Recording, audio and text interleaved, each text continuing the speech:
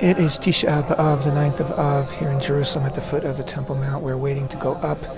Hundreds and hundreds of people waiting here in the very hot sun to get up to the Temple Mount this morning, Tisha b'Av, to observe the fast day and the day of mourning of Tisha b'Av, the day of the destruction of both the first and second holy temples and many other calamities which have visited the people of Israel over the millennia.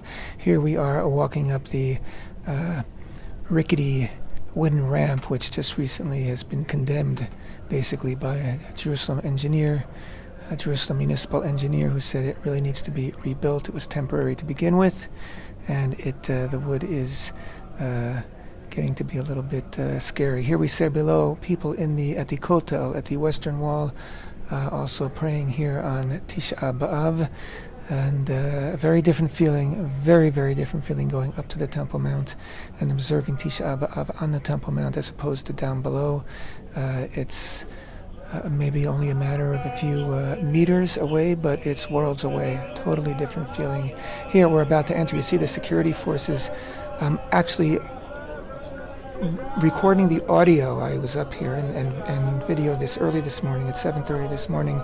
I'm now recording the audio as I'm observing my own video here, and learned later, after I'd been up, that there had been some violence on the mount before any Jews went up this morning. The Arabs, of course, wanted to precipitate violence and then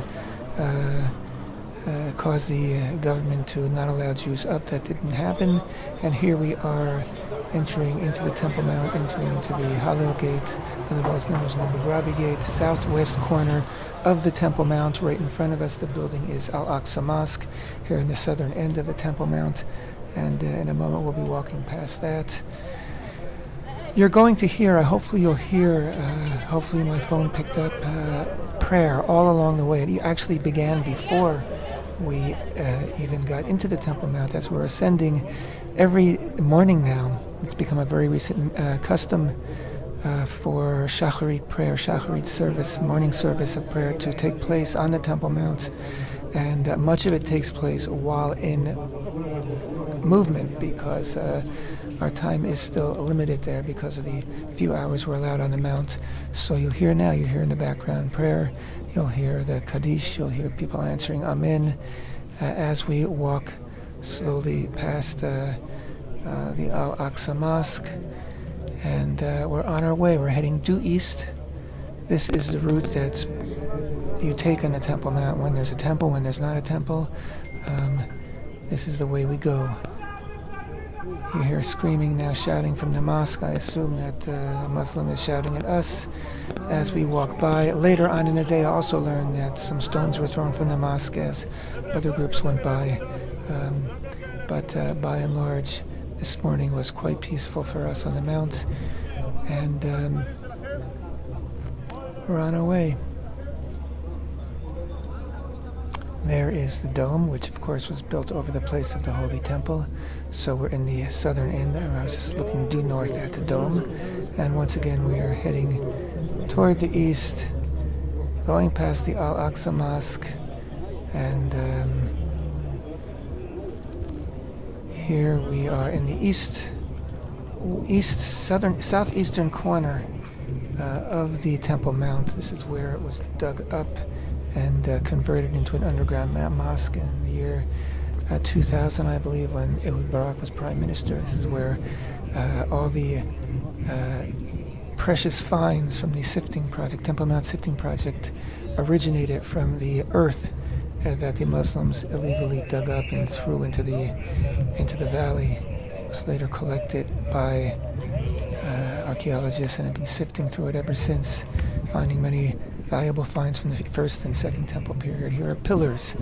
I don't know if they've ever really been accurately identified as from what period they come from. It could be as old as the second temple. It could be a little more modern, but very limited access for archaeologists, if any at all, here in the Temple Mount. Policemen are constantly calling us to move a little faster. Lots of Jews want to go up in the Temple Mount today, and of course they're only letting us go in relatively small groups, and so then they ask us to move faster so the next group can go up. Despite the greatly improved and enhanced conditions for Jews on the Temple Mount. We are still only have access from 7:30 to 11 in the morning 5 days a week, and from 1:30 to 2:30 in the afternoon 5 days a week. So that's the situation. These are the steps that lead down to the underground mosque I was referring to a few minutes ago. That was built illegally by the Waqf in the year 2000, I believe, when Ehud Barak was prime minister. So we're gathering now at the southeastern corner and are about to head due north. We hug the eastern side of the Temple Mount because the inner courtyards of the Holy Temple, which we need to stay out of, actually extended very close toward the eastern side of the Temple Mount. We need to stay out of those inner courtyards because we are not purified by the ashes of the red heifer. Everyone who's up with us today has gone to a mikveh and is following all the instructions, all the halachic instructions for proper conduct on the Temple Mount for Jews. That includes not wearing leather shoes. Many people are actually barefoot, and other details as well. So here we are, and we're about to start heading up north. Here we are along the eastern side.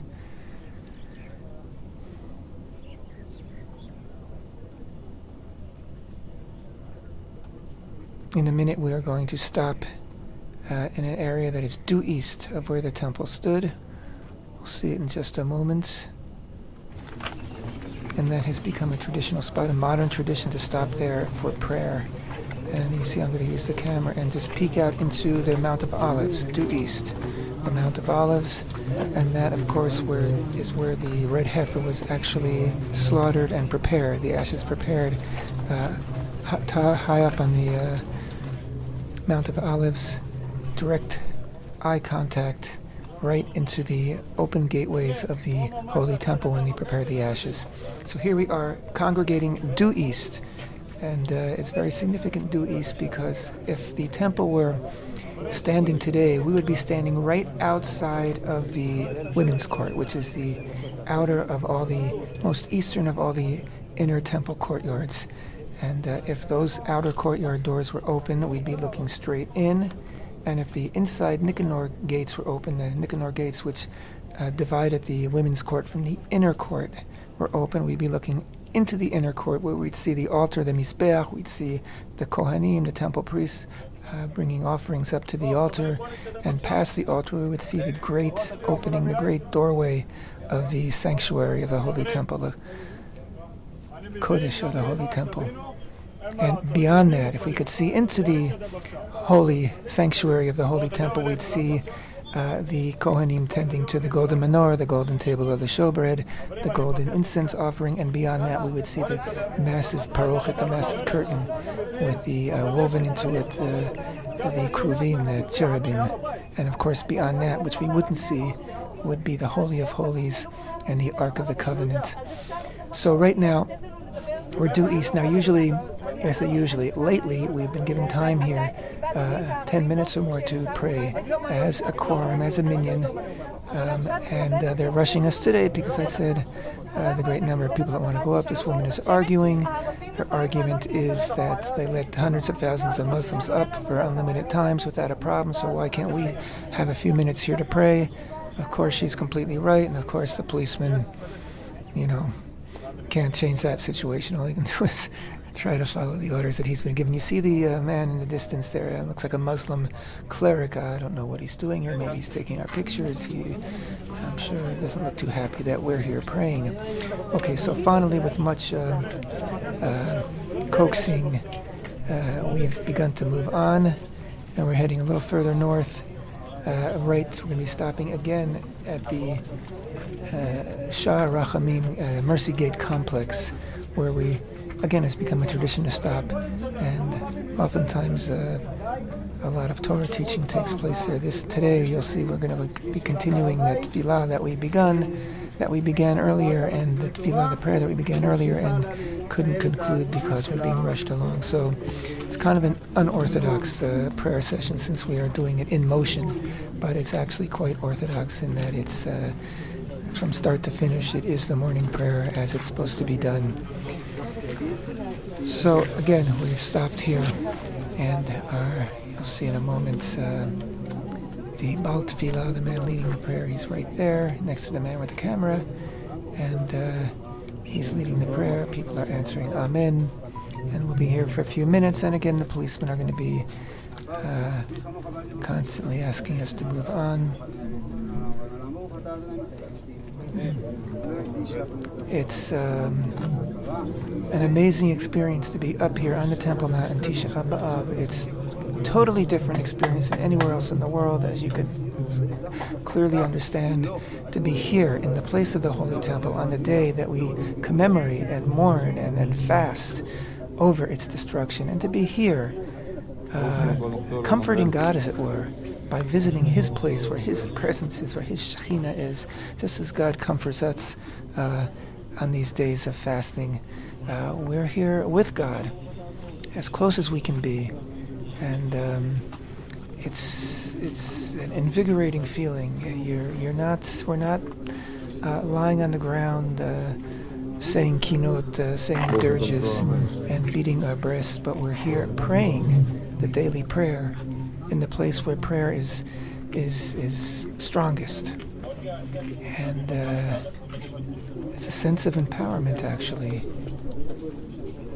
being in the right place, the right time, with determination in our hearts to rebuild the Holy Temple, not dwelling on the destruction of 2,000 years ago, but looking and facing toward the future, which hopefully will be soon, when we rebuild the Holy Temple, and all of Am Yisrael, all the people of Israel, all the nations will be up here, united in the presence of Hashem, the presence of God. So we're continuing on our way now, heading toward the northern end of the Temple Mount, and soon we will be north of all the inner temple courtyard areas and heading due west. This is the Mercy Gate complex behind us. You see the many soldiers in front there, and it's not soldiers, actually policemen. And here we are moving on.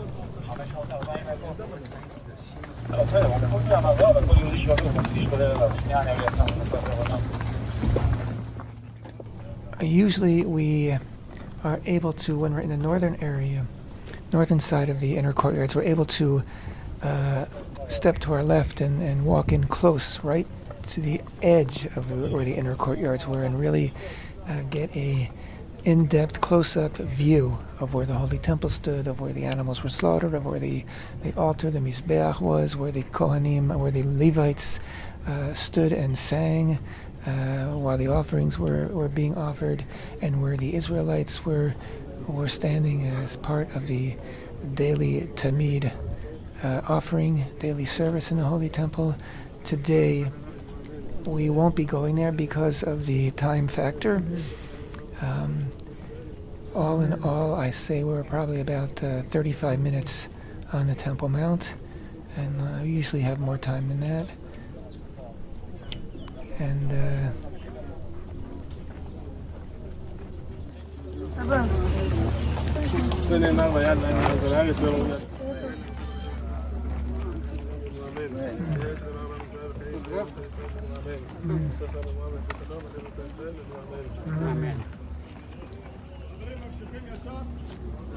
sometimes as I turn the camera, I can see other groups of Jews behind us, and sometimes as I turn the camera, it just seems like there's Jews everywhere I turn, which is an amazing feeling here in the Temple Mount. That's the area I mentioned a moment ago, where we usually walk up and can look right into where the inner courtyards are to be, but today we're walking right by it.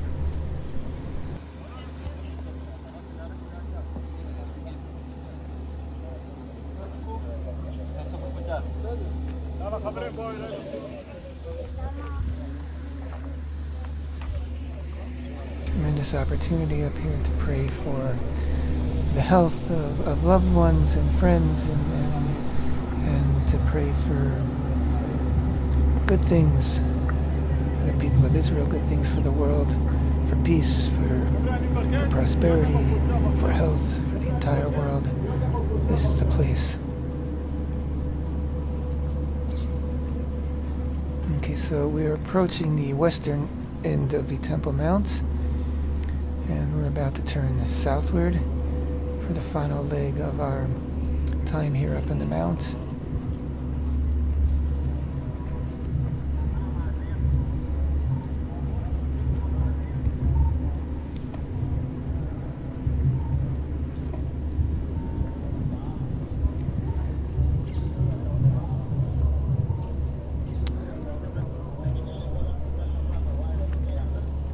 Like I said, I've heard in the news that there was some violence earlier in the morning before the Jews went up. The police quelled it quite quickly. Right now, I see very few Muslims on the Temple Mount. And again, the Muslim Brotherhood, the Hamas, the Palestinian Authority, and the Jordanian-led Waqf are the ones that incite and call for violence simply to disrupt a Jewish presence on the Mount, which they have failed quite significantly today. We were just one of many, many groups that went up from 7:30 onward to 11, and again from 1:30 to 2:30.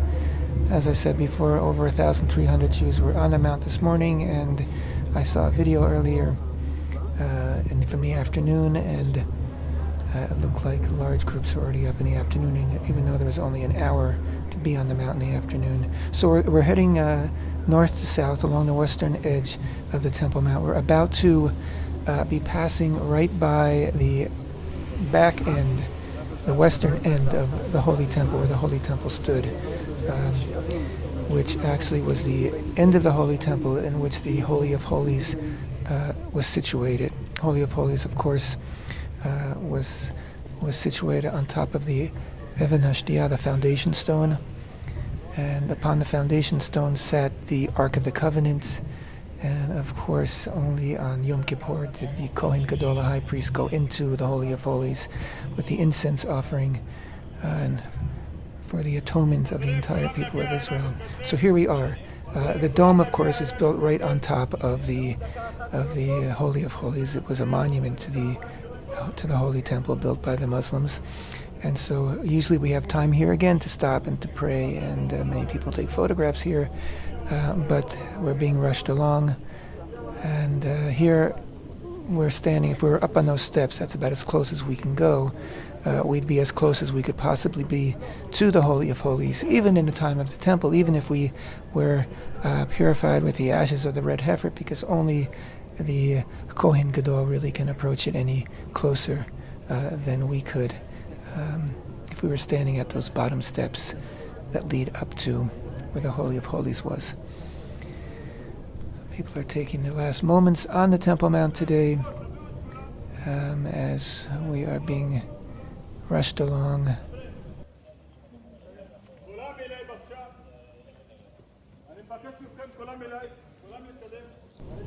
Again, everybody here that you see is fasting.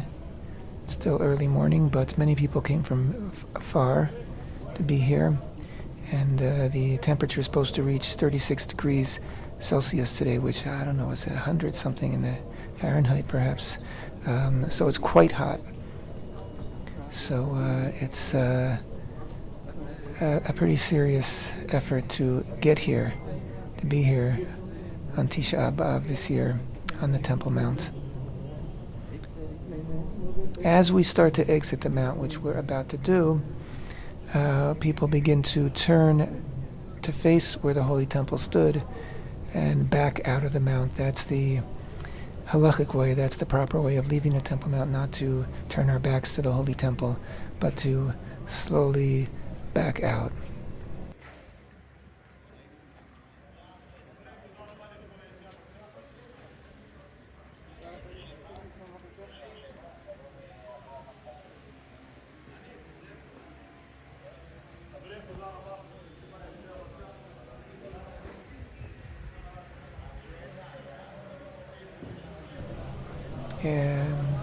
It's really an amazing way to begin the morning of Tisha b'Av.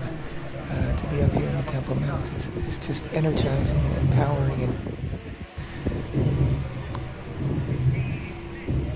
And so here we are stepping out of the Temple Mount.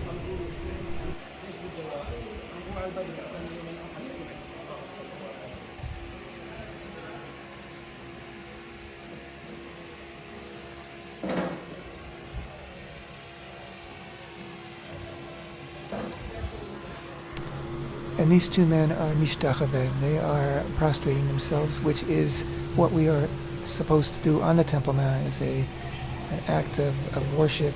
Please don't allow it, despite the loosening up of the prayer on the Mount.